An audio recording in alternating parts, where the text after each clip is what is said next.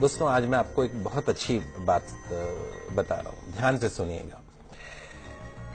अगर मोहम्मद साहब की शिक्षाओं पर मनन किया जाए, मुस्लिम शिक्षा जो है उनकी शिक्षाओं पर मनन किया जाए तो दो बातें उनमें सबसे अहम है। पहली क्या है, मोहम्मद साहब की जो शिक्षाएं हैं वो किसी भी एक देश के लिए नहीं है या किसी भी एक धर्म के लिए नहीं है, हिंदू मुस्लिम सिख ईसाई, ऐसा नहीं है, सबके लिए है।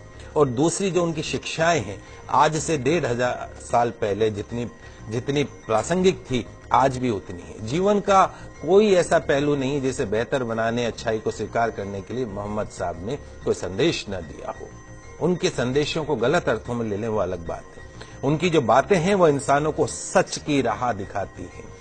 अर्थशास्त्र, इकोनॉमिक्स भले ही ब्याज को मूलधन का किराया, शुल्क या कुछ और माने, लेकिन जो इस्लाम धर्म में ब्याज को ममनू माना गया, अनुचित माना गया है।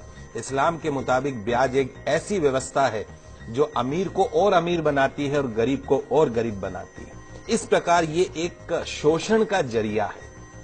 पवित्र कुरान स्पष्ट रूप से ब्याज को वर्जित मानती है। इंसानों के लिए कहा गया है, हे ईमान वालों, 2 गुना और 4 गुना करके ब्याज मत खाया करो, उस मालिक से डरो। ब्याज खाने से बरकत खत्म हो जाती है, ब्याज की कमाई से बरकत खत्म होती है, इससे इंसान द्वारा किए गए पुण्य भी खत्म हो जाते हैं। ध्यान रखें, ब्याज जो है वो धन को कम करता है, लेकिन दान पुण्य से धन कम नहीं होता।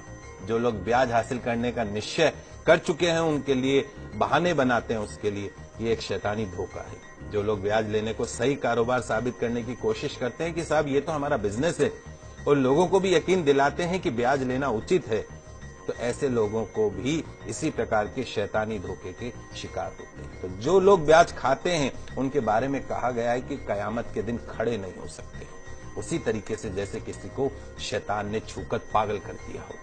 यह इसलिए क्योंकि वे कहा करते थे कि व्यापार भी तो ब्याज के समान है। व्यापार को वैध कहा गया है, ब्याज को पूरी तरीके से अवैध कहा गया है।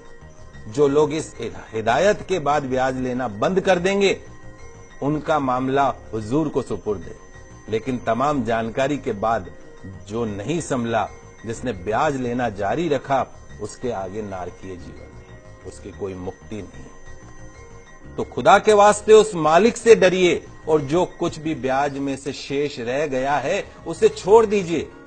यदि तुम सच्चे दिल से ईमान रखते हो, ना तुम खुद जुल्म करो और ना तुम पर जुल्म किया जाए। अगर तुम्हारे पास धन हो तो जरूरतमंद लोगों को कर्ज दो, उन्हें वापसी के लिए कम से कम इतना तो समय दो कि कर्जदार इंसान उसे आसानी से वापस लौटा सके, आत्महत्या नहीं करे। किसी वास्तविक वो अवश्यम भावी जो मजबूरी होती है कि जानबूझ के कोई नहीं, लेकिन मजबूरी है, अगर उस मजबूरी में अगर वो तुम्हारा समय पर धन नहीं लौटा सके तो उस पर कभी सख्ती मत करो, उसका अपमान मत करो, गालियां मत दो, उसे और समय दो।